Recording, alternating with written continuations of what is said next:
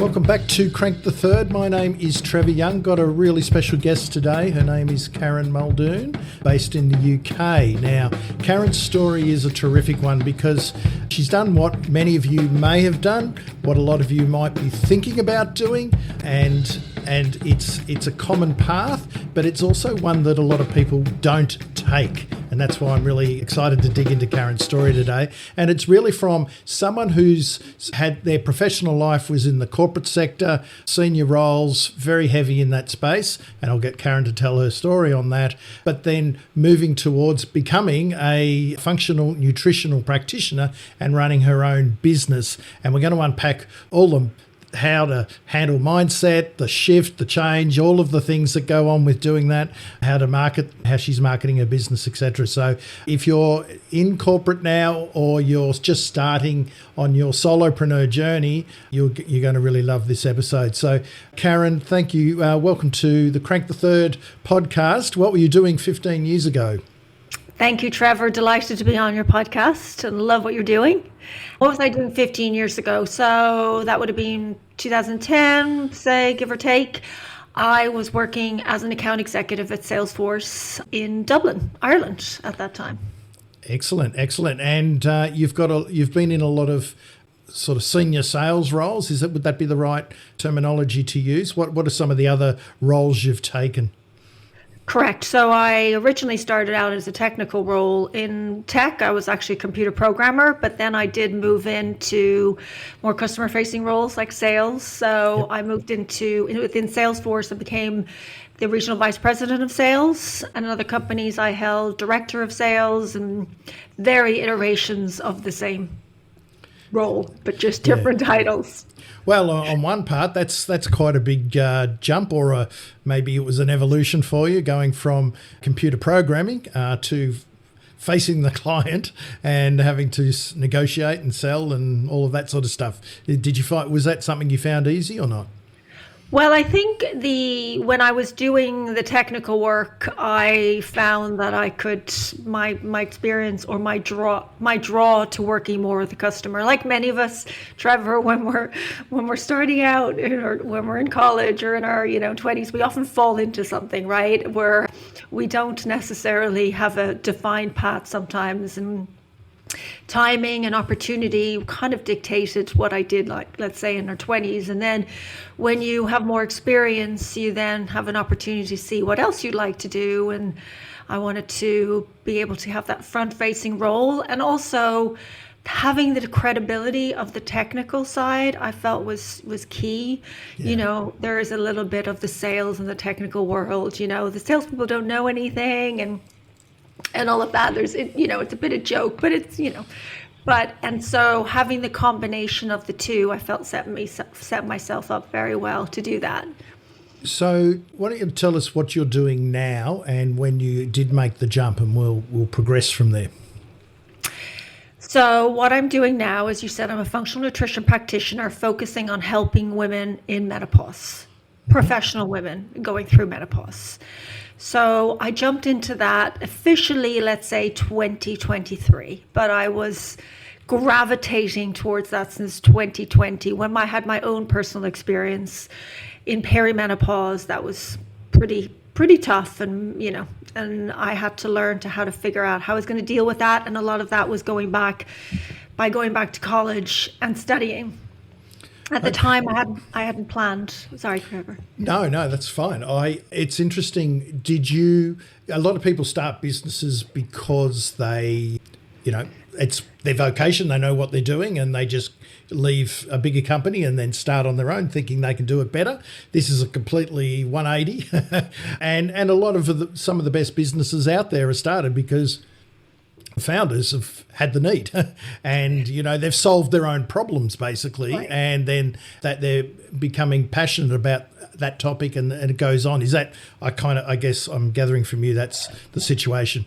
Yes, you're right. I mean, it wasn't like, okay, I could see how I could, help. Like you'll see a lot of people come from the tech world, or people who are being made redundant. They're moving into career coaches, right? They have a lot of experience and help. It's kind of a a smoother transition. For me, it's a complete 360 for sure, but my passion has always been health. So I neglect to say that. I've just been someone when I was, even since my teens, I've just been into nutrition, I've been into health.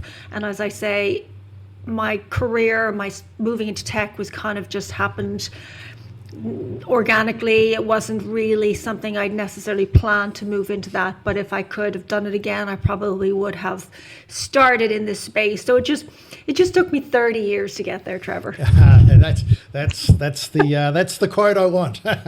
So but that's the thing, is that it, you're going into a, let me call it a passion vocation, because Right. it's not a side hustle, a hobby. It's a bona fide vocation, Right. but it's been a passion of yours that's been sitting there all the time.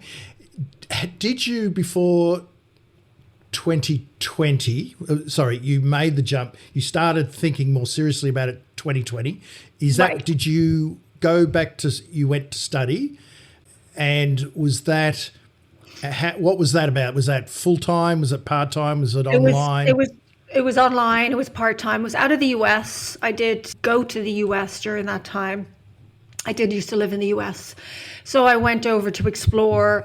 I felt like they were more ahead in terms of some of those certifications around. I knew functional nutrition was something I was going to be delving into. So I spent some time exploring lots of different options, lots of different calls with different universities, programs, certifications, etc. So yes, when I did find the one that worked for me, it was online and I was working. So, I was doing weekends and nights, right? But as I say, it was kind of my passion. So I didn't feel like I was working, right? It felt like something I loved every minute of it. So it was more of, it was more like that. And it's not really something you could do without study. Well, you shouldn't, but you'd be surprised. Okay. Go onto Instagram. Yes, Instagram true. lately. True.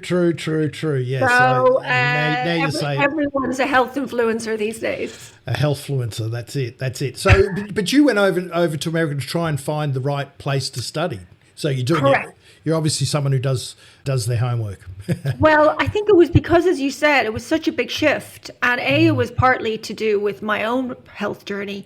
And then B, I started to see things change. I was also, because of what was going on in myself physically, I started to job hop a little bit because I thought, well, let's fix the job. If I'm not happy, I'll find another job and everything will be fine, right? It's that ever thing. Let's change the external and the internal will be fine. Well, it doesn't really work like that. And I was learning quite quickly. So I had to not just make a shift into something very different. I wanted to make sure I was actually doing the right course, because it was also a financial investment, Trevor, right? And it wasn't going to be cheap. So I had to make sure that this was something I was clearly being drawn to later in my life. And I wanted to make sure I was making the right decision, because I could feel things in my career changing, and I could feel my passion changing. I could feel the industry shifting, things, and we can see this even today as we sit here. Like, there's a lot of news right now. The last 4 or 5 years have just kind of been Constant. So constant. So the combination of that, and yes, I wanted to make sure I was doing the right course. I wanted to make sure I was investing the money in it, and it's just a mindset. There was just such a mental shift as well that I had to get my head around. So I'm not necessarily always that thorough, actually. I have very much if I feel something is right, if I want to work with someone, if I want to take a course, things like that. But that shift had to happen first in order to me to make other decisions in that space easier. And it was probably COVID anyway. It was right before COVID when things kind of started to go personally a little bit AWOL. And then, of course, COVID didn't help. And I think that the reflection on one's, passion, one's life, are we going to wake up tomorrow? I mean, it was such a weird time, right? None of us knew, That's it. So there was so much going on physically, and then also in the world mentally, and just kind of so much reflection on me going on personally. So it was a great opportunity to reassess life and what's important. You're in London. Were you in London then, or still in Ireland? I was in London then, so I only lived in Ireland. Well, I should say I grew up in Ireland, and then I went to the US for 18 years, and then I Right, moved back to Ireland in 2008 for 7 years, and then I moved to London. right, okay. Actually living in Spain right now. Okay. The joys of running your own business. You can live anywhere. Okay. Online business. Was that one of the draw cards of running your own business, or just a nice byproduct, seeing you've raised it? Yes, me living in the sun is a priority for me, correct. I lived in California for a long time. I love London. I love Dublin, but there's one thing missing. Yes, a little bit of sun. Indeed, indeed. And so, even when you were doing the course, so the course took, what, 2 years, 2.5 years? A year and a half, 18 Year and a months. half. Right. Yeah. So even while you're doing the course, were you plotting and planning your business at that point, or did you think you might work for someone? No, I knew I wasn't going to work for someone. I knew I was going to be a coach, right? So, and my own, have my own business. I had no idea, Trevor. Yes, there were some discussions in the course around doing a business, but that was not really part of that course. You will join some of these functional nutritional practitioner courses where they'll help you set up a business, but that wasn't. It was just purely focused, a slight touch on it. But no, I had really no idea. Yes, was kind of in my head thinking, and I know other coaches, and I know not necessarily functional nutrition coaches, but movement coaches. I probably would have a lot of friends kind of drawn to that space, given that's where my draw is anyway. But I did know one thing, Trevor, that I didn't necessarily want to be just doing one-to-one coaching, just out of the, yes, I would do it, but it wouldn't be my entire business strategy. I was pretty keen on going online and having something that I could, say, an online program. That was something I thought about, which I do now have that. I wanted to be able to have something I could repeat. I could also add some personal coaching to it. But I want to have some kind of predictable revenue. I come from the SaaS world, so I wanted to have a prediction in my business. What I saw with other coaches is hoping somebody will book a call, hopefully somebody will book a discovery call, hoping that they'll get 5 clients or 10 clients, whatever they need to hit their goals that month. On and on and on. It's just this constant wheel, and I didn't really want to run a business like that. Yeah. So I was very clear about that. Yep. And so with what you're doing, you're obviously calling yourself a coach, whereas I guess a lot of, when people think practitioner, they think, you get, I don't know, analysed, or you hear about symptoms and then you advise on things to do. Right. Is that what sort of things do you do with your clients, and is it sort of varying between? Is it sort of like a hybrid of part coach, part therapist sort of thing, or walk me through that? So you hit the nail on the head, Trevor. I mean, in order to coach, you need to understand, right? You need to understand what's going on. You need to understand the symptoms. So absolutely, I do all of that analysis. I assess the symptoms. Yep. Oftentimes we look at blood tests. We may do further tests if necessary. I do a full history around as much as they will know about their personal history, because yes, someone may be having symptoms of, hot flushes, lack of sleep, fatigue, things like that. But there's a multitude of factors that can exacerbate that in someone's life. Yes, perimenopause, menopause are the trigger because of the hormone fluctuation, but as you know, so many other factors in the world can add to what is going on. So understanding the family situation, maybe understanding things as much as if you were born through C-section, things like that, because all of those things have an impact on your microbiome, on your whole body later in life. So I do as much as I can, and as much as they know, of an intake around their history, and then also what's going on now, when it started, when is it worse, all these types of things. And then I use my coaching skills, right, to coach, to give them some tools. As I said, I do have a program, right, and the program is based on the blueprint that I've used to help me when I was going through it. And that gives very key things around nutrition, some movement, all of these different areas that I know can help them in perimenopause, and some of the key things that maybe they could get away with before, but they can't get away with now. And along with that, then I coach them throughout that to see how it's working, if we need to make some adjustments, what's, all of that. So it's a combination of, yes, here's a blueprint. This is what I'd recommend. And let's see how you do over the course of 10 weeks. And I'll coach you through what is and what is not working. Does that make sense? Yes, it does. And I was going to ask, how long are you with a client for? But it's obviously a 10-week structured program. Correct. But it's personal at the same time. So it's, correct. Yes, correct. Yes. So it's one-on-one still. So there is one-on-one, and I do offer one-on-one. I have some business clients who just want one-on-one. They just, even though actually the program in many ways reduces time, sometimes people just think, oh, I can't do that. I don't have time for that. The irony, if they have that because they consume it by audio, and then we do the check-ins one-to-one, they actually can save time. But, it's their decision, of course, what they want to do. So I do some that don't even touch on the program, right? But yeah, it's about 10 weeks. The reason I do the coaching, you will notice there's lots of courses you can buy, whether it's, perimenopause, whatever it is. There's millions right now online that you can buy a program for, right? You see all kinds of prices. But most programs, people don't finish. They're not accountable.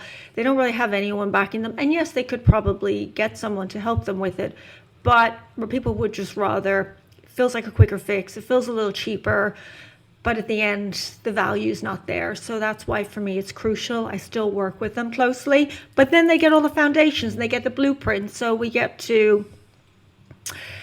it's much more efficient in terms of how we can work together, right? Without me having to say this during a coaching session. They have all the information, and then we can work with that when we do have the calls. So it feels very hybrid. So this is, I don't want to say a course, but a program that people walk through, but you have the accountability of they talk with you as well. So is there a one-on-one element with the program? Correct. And the program's audio plus, materials and audio, video, materials, recipes, all kinds of stuff. And so over the 10 weeks, how many times would they see you? They see me for 3 1-hour sessions. So a couple weeks in, the middle, and then maybe 12th week. So even though the course is 10 weeks, technically, I would rather than have the last call once they have completed, even 2 weeks later, see how they're doing. There's no quick fix, right, Trevor? Things take time, right? You're not going to change your diet today and all of a sudden you're going to feel amazing tomorrow. You probably feel better, but you haven't, because of some of the changes, but the body takes some time. So that's why I work through that. And that's why I'd rather have that final call a little bit after we finish the course. Right. So that's the bulk of the business model. Right. And so when did you introduce that when you start? I'm actually going to go take you back a little bit. You've done your course while you're working. So you probably had a reasonably frenetic 18 months. At what point after you finished the course, your vocational course, did you pull the pin on your corporate career? May 2023. Right. Almost, yeah. So there was I'm shocked at maths. There was a couple of years between the two? There was a start and stop. So yeah. I did in 2022, I decided that I was going to do this. And so I was no longer working in the company I was working in. I thought this is a perfect opportunity to do this. So as I said, I kind of didn't know what I was doing. So I just started posting content. I just thought, okay, I'll just put some content up here, right? People will see that and they'll book a call, right? No. So I was just kind of doing like a little bit, throwing whatever would stick. And I didn't really have a proper plan. I just thought, let me just start putting my name out there and and then a job came knocking on the door again. And I thought about it, and I thought, oh, you know what? I can do this while I work. I can do it while I work. It's no problem. And so I took the role of coop at the time, and I realized quite quickly the mental load. It's one thing studying actually, but it's another thing trying to create a business And as you know, Trevor, right, it's a whole different ballgame. It's not just a matter of like showing up for coaching calls. There's so many pieces that go with it in order to even get to that point. And I quickly learned that I didn't have the mental space to be able to focus on that. And then the company I was in had got acquired by a private equity company. So there's a bit of a writing on the wall when that happens. And then about 6-7 months later, the team that we were building in EMEA was part of their cost cutting exercise. And that was May 2023. And I thought, you know what, this is it. I'm going for it. And that's when I started exploring what I was going to do. I spent the summer just kind of posting content again, just thinking about things. And then I started to look for a coach. And I found through probably mostly sponsored ads, because that's what I was looking for, right? And I found a program to create a program. So I signed up for a very intense 8 months coaching program to basically design my business, which was also a pretty large investment. But I knew I had to do that. I didn't know what I was doing, Trevor. I had no bloody clue what I was doing, right? And yes, I could have promoted myself as like a one-to-one coach. But as I said, I was very clear. I just didn't want to do that. And I felt I could go online. I felt I could do the combination, and I felt I could scale. But I just needed help. I didn't even know where to begin. I didn't know the tools. I never worked with any of the health space. The tech, any of that was just completely foreign to me. So I paid someone very nice sum of money to do a very intense 8 months of coaching me to where I could build a B2C business. Right. And there's a time when, you know, your skin, your personal brand is locked up in you know, the corporate sales role you had. Right. And you're transitioning over to something that's very different. Yeah. When you're working, you didn't sort of put too much emphasis on LinkedIn on the new stuff, or did you? Right. Like, how did you juggle that transition? Oh, I didn't until LinkedIn was the last place I came out, as I call it. So, I didn't actually announce what I was doing on LinkedIn till last March or April. Was kind of close to when I knew I was going to officially launch the business, I call it. Right. Yes, I was doing things, I was posting, and you know, but it was very light before then. It was really Instagram. Instagram was the only place I was actually really active on. You were posting. Terms of socials, yeah. And so which have you found? So if your two active ones are now, is it just Instagram and LinkedIn? So my platforms are LinkedIn, Instagram, Facebook. I have over 1,000 women on my Facebook group. Yep. And I have, of course, an email platform as well. So most of my clients have come from what I would say my paid ads. I do ads on Facebook and Instagram. Right. Okay. So you're a meta person. I don't know if I like that term, but yes. Yes. Well, meta. Let's not go there. Yes. Well, okay, we won't.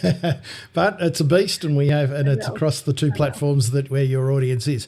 So with a Facebook, you said a Facebook group. Is it actually a private group, or is it your page? It's a private group. I have my personal page as well. I have a Facebook business page.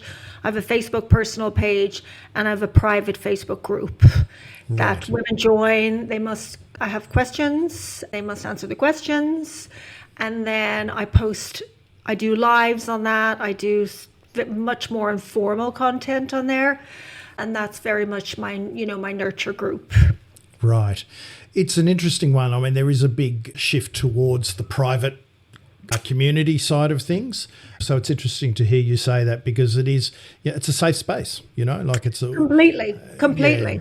Yeah. And in the health space, it's now I think there's definitely a shift going on, right? Just because of there's a shift period going on, but there's a lot of people, and particularly women, moving away for obvious reasons. Yes. Now, Facebook is, I think some people forget Instagram is also Facebook, but it's, I'm definitely seeing a shift there. But in the health space, the group structure, the group strategy has been pretty strong for a long time. It's quite when I first thought about doing this, and they're like, you'll set up a face group. I'm like, Facebook? Who uses Facebook anymore, right? And even though I'm from the generation that was on Facebook, right? But it's very much alive in the group world more than I think anything. Yep. And so what kicked you off to do that? When did you start that, and how long did that take? So this was all part of the strategy the business program that I worked with. It was all part of their formula, right? So I started running ads in April 2024. I do, like, I've got a guide. So if someone sees my ad, they get my top 3 strategies that I use to conquer fatigue, lose weight, sleep again, and regain my motivation. And so they come into my world through my guide, and they have the option to their email. Then, of course, I have their email, and then they have the option to join the group if they want to. You would normally get 30 to 40% of an opt-in, but I'm definitely seeing more like 20% now, I think, with a lot of the shift going on. So sometimes you might get an email and they join the group? Oh, it's both, yes, because they cannot opt in without giving their email. So you have both. Yep. So your email list is usually, your Facebook group is on average about 40% of your email list. Right. Okay. And so how, you just said you were active, but what is a week in the life of a Facebook group? Because people, it's a nice thing and it sounds good and all that, but it takes work when you have a group and you've got to be in it answering people's questions. Otherwise, there's sort of no, in air quotes, community there. Right. So it's definitely a lot to juggle, Trevor. So for me, on my group is my first priority. That if you were to say, well, of all your channels, right? Because I have multiple channels, email, etc. Facebook group will always be my first priority, and I will post pretty much I try to post every day. Maybe it's 6, sometimes 5, depending on what's going on.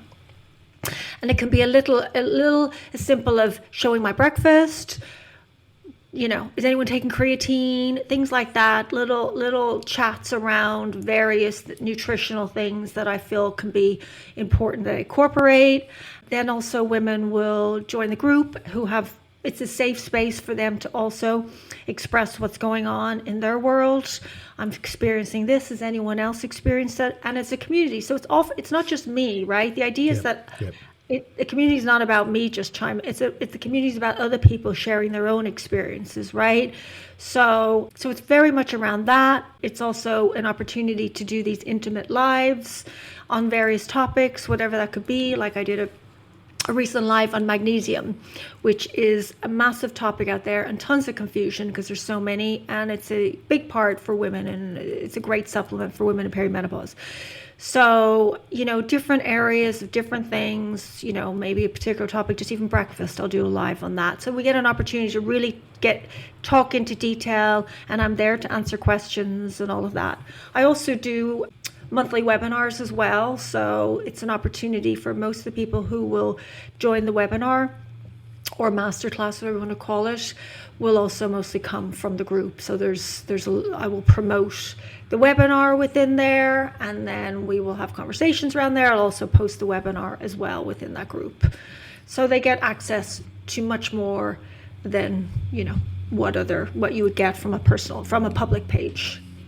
There's, some people who have grown up with the fact that, I've got this knowledge and I'm not really keen on sharing it. They're probably fallen off their chair at this point with all the stuff you give away. But, you and I know that there's, this whole notion of giving and being generous and demonstrating that you know what you're talking about and giving people a reason to connect emotionally with you and to work out whether you're aligned not physically, you're aligned philosophically. These are, very important things. And the only way you can do it is to be active with content. Right. Now, content, as you said, could be a photo with a couple of lines right up to a webinar, which could go for, half an hour or an hour or whatever. An hour. And answering people's questions and helping them out and the lives. Walk me through. The live technology is such an unsung modality because it's live and people get frightened of it.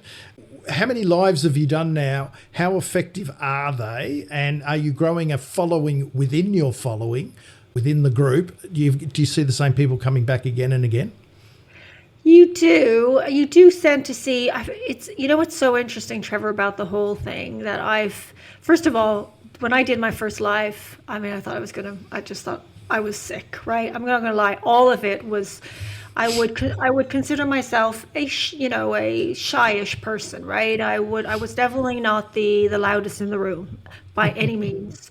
So for me to actually put myself out there, even in socials, lives, I mean, it was such that in itself, right? But I also realized that I used to get so paranoid, or not paranoid is the right word. I used to think, oh my God, nobody's on there, nobody's engaging, nobody's liking. And I've realized many of the people who have signed up for my services are the people that have the least engaged. Yes. They are watching you. They have to know, like, and trust you, right? That's why the group is so important. They have to like me. They have to trust me. And they have to know me.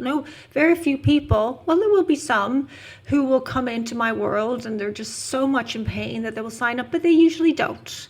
They need to, they watch you. And then they over time. So it's not necessarily an indication of the people that do come in and speak or show up are necessarily the ones that are going to be yours. So I don't overthink it anymore, Trevor. I just show up and I put it out there. And some days I look back and I go, did I just do that? Right? That was bullshit or something. But sometimes I'm like, oh, that was pretty good. But you just got to keep showing up, as you know, right? And the more you show up, the more you learn and the better it gets. Yeah. Next time. Look, I love to hear about the silent people, the non-engagers, I call them the lurkers. Like I write about this every now and then because I see it, I hear about it with my clients. I've gone through it myself. Some of the best, jobs that I've had, projects that I've had have come from people who never engaged with me, Right. But they're ready, they're lurking, they're watching. And video's a fantastic way for that because they get to know you even better, obviously, in a more 3D way. And if they watch videos, they get comfortable. I had one client who they did in the finance and investment area, and they did 300. They had a little show. They called it a show, and they did 300 episodes. And they had one guy who he came up to one of the events and he said, "I've watched 210 of your shows. Now I'm ready." Wow. Yeah. Another friend of mine. She runs a writing school and. She'd had her newsletter out for 7 years and someone joined up. Wow. Having been one of the early ones who signed up 7 years prior. Yeah. So, yeah. I mean, they're two extreme cases, but I hear those things all the time. I see people talk about it on LinkedIn all the time. And it's really, it is frustrating when you're saying, I'm getting out there, I'm doing these things, the engagement's not there, but particularly on LinkedIn, more so than anywhere, particularly on LinkedIn, people are watching. They're always watching. So never underestimate the power of what you're doing.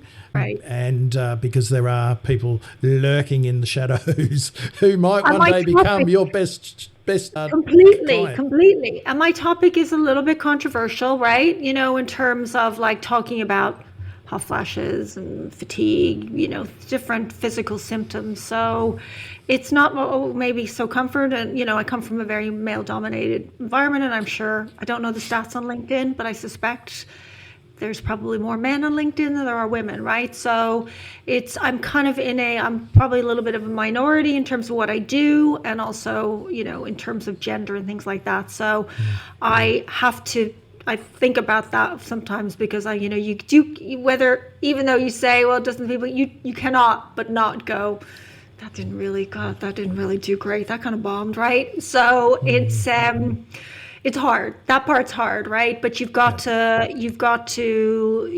take your ego out of it. As much as one can. Yeah. How many lives do you think you've done? I do a live. I was doing them once a week for about 6 months. I have kind of backed off recently just because I've definitely seen a bit of a drop in terms of the joining. But I was trying to do once a week, so probably every other week. So gosh, that would be, the group started in April, but I would say I probably didn't do my first one until May or June because I was too terrified. And so I've probably done 20 maybe. I think they're again they are a powerful tool. So it's great to hear you using them. The one thing I want to walk back is the day you opened the door, hung the shingle out, as they say. What was that like? You had no clients at that stage? No. Or had you done nothing? So, I mean, I've helped, I guess, informally, right? But but as a business, as a business owner, you're starting from scratch. You've done your homework. You've done your extra homework in terms of the business side. So you've got the two sets, and you're ready to go. What goes through your mind that day? Can you recall? That week. that week. I mean, it was it was like because the strategy of what I was doing was to build so it was all around launching through this masterclass, right? So when I was building my platform and then I was starting to collect leads through Facebook ads, they were then going to join my webinar, and that is when I would talk about what I do and pitch what I do.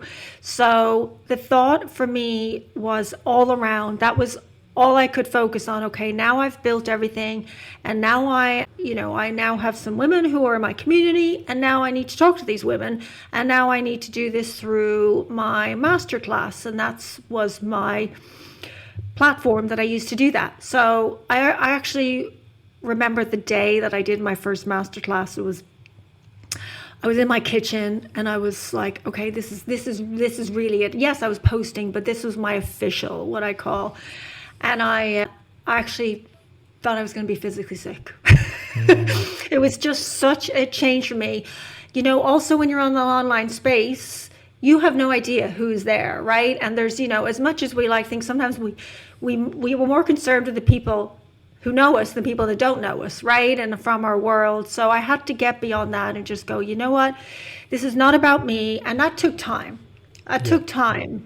This is not about me. This is all about the women who are suffering and the women I can help, and just put yourself out of this and just give everything you have to know these women at the other end may need your help.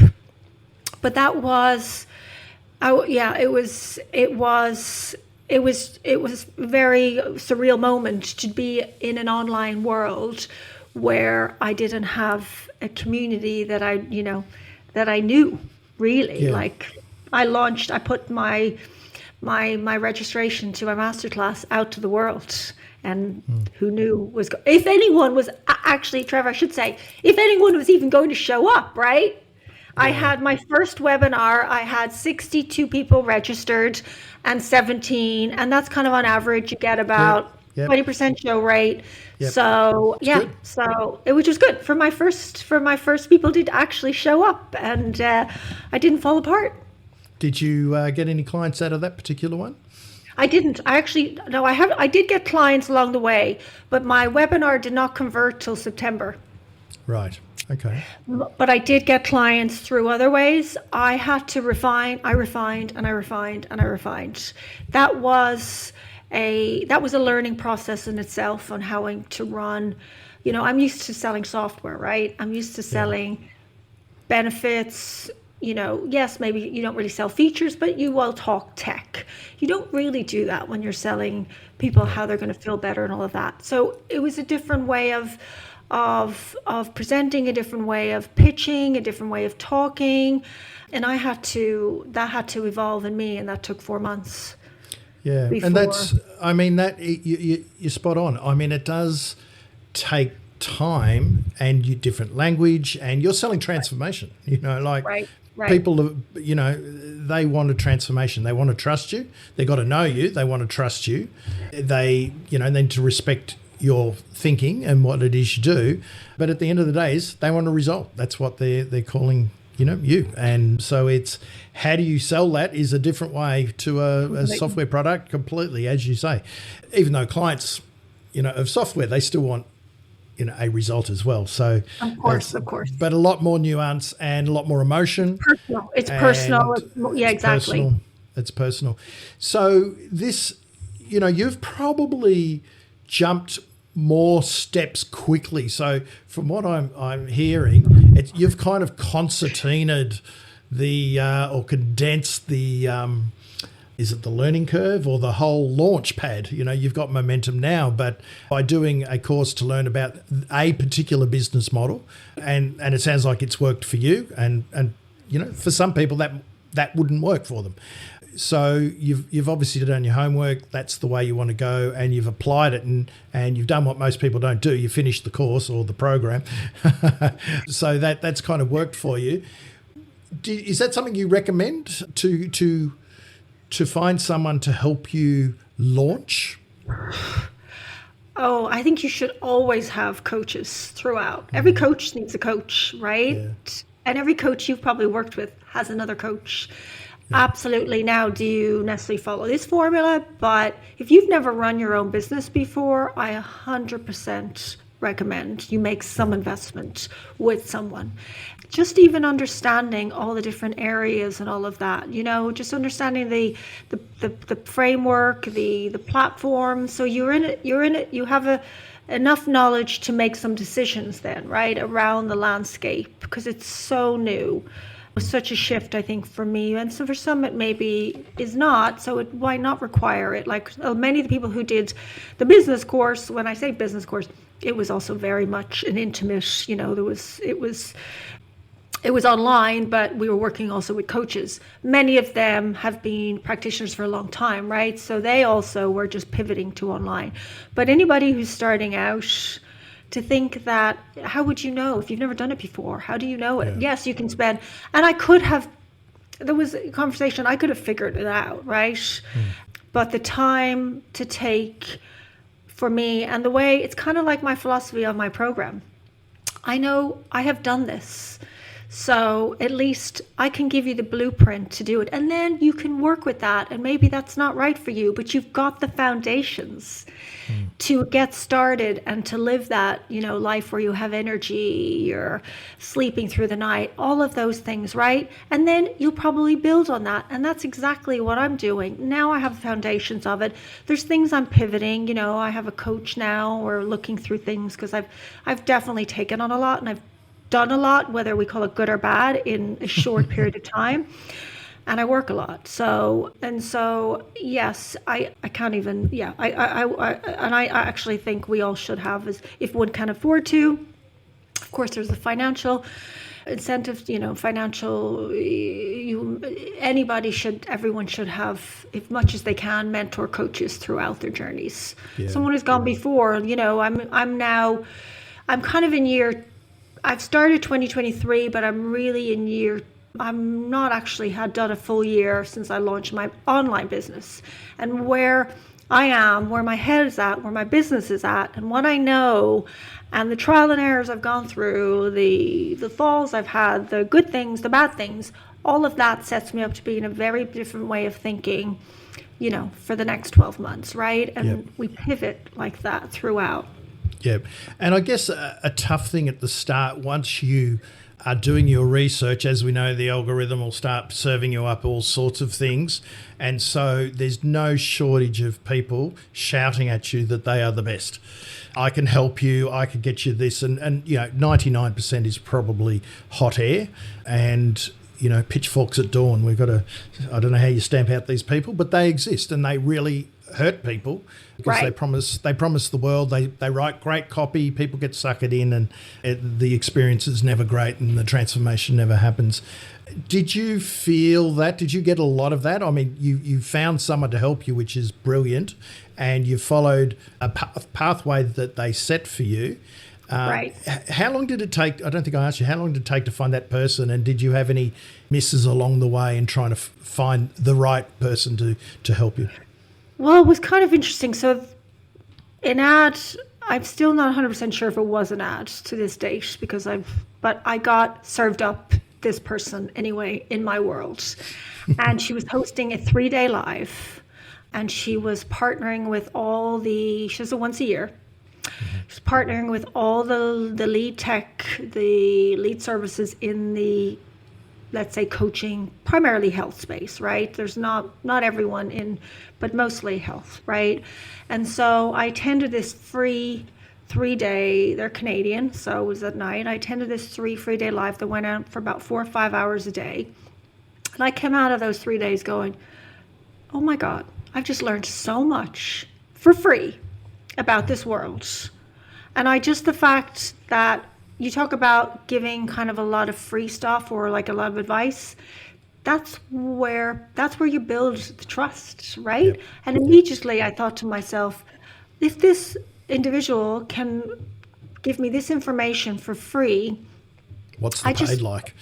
I just thought it was like fantastic, and I learned so much. And as I said, I probably could have figured out. So what I did is, well, if I knew nothing about that world in terms of like coaching programs to help coaches or anything like that, right? I mean, now I see them all over the place, right? So I thought, well, if this one exists, there's others. So I spent about a month, because as I said, it was a hefty investment. So I spent about a month researching. I talked with a couple of other people that I know are quite well on in their business, doing, various different things out in social. And they gave me a couple of other people to check out, a couple of other things that could be of, but by the end of it, I had a couple of calls with them. It was, it wasn't just something you signed up for a line. It wasn't cheap, right? So it was very much you worked through them over a period of time to see if it was the right thing. And then I did my research, had calls with them, and it was really, I kind of just went back to what I first thought was the right fit. But I thought, I'm so new to this world, I owe it to myself to do a little bit of prep. And now that I'm there, now that I see others out there, there might be one other I would have considered, but no more. Yeah. It's interesting you've gone early on the ads, because it's something that a lot of people shy away from, and particularly until they build a base organically. But you obviously are someone who fast tracks as you go. So would that be fair? I mean, you see an opportunity, you work out this is a way that it might work, and I'm willing to invest to get going and build momentum as quickly as I can. Well, I trusted the process that I signed up for, let's just say. Yeah. And they have done this for 12 years, and this is what's worked for them. It can be a bit of a controversial one out there for sure, but organic takes a long time. And if you run an online business, the percentage that convert to even book a call or take an action is quite low in an online world. Yes. So the numbers need to be quite significant in order to really see that shift. Now, on LinkedIn, I already have, I've had some credibility from my career. Yes, I'm new to functional nutrition, so that's, I still need to build credibility. But when it came to my ads and on Facebook and Instagram and all of that, that is a new community. So yes, and that was also the shift too, right? Just putting yourself, and I see my ad all the time. Now I don't even bat an eyelid, but at first it was like, that was quite exposing, right? On a personal scale, and I'm sure people look at your one, or I'm sure there's some comments, but you have to, that was all, it was a lot of coming out on a personal level for me, for sure, with this business, Along a number of fronts. Do you do your own ads or the back end? Because it's quite, or because you're a techie, you can work the back end of Facebook out. Well, I do, but I hate it. Yeah. It's a fucking beast, but and it keeps changing. And I think that's by design, right? And I'm not hiring an agency, but they coached us how to set up the ads. Yep. So that was all part of our training, and I can tweak them, and I can create a new ad copy, and I can add creatives, and I have a good sense, but the ad I have is still the same ad that I put up April, and it still continues. And it works. There's a misconception out there that we need to keep changing it and all of that. You don't. It's You still could, yeah. converting at the same level. You can do a lot of the changes at the start. I mean, you can put out a dozen or more ads and see which one works, and Facebook will work out which one works Completely. and go with that. So the work really in the creative side of doing the ad is actually more at the front end.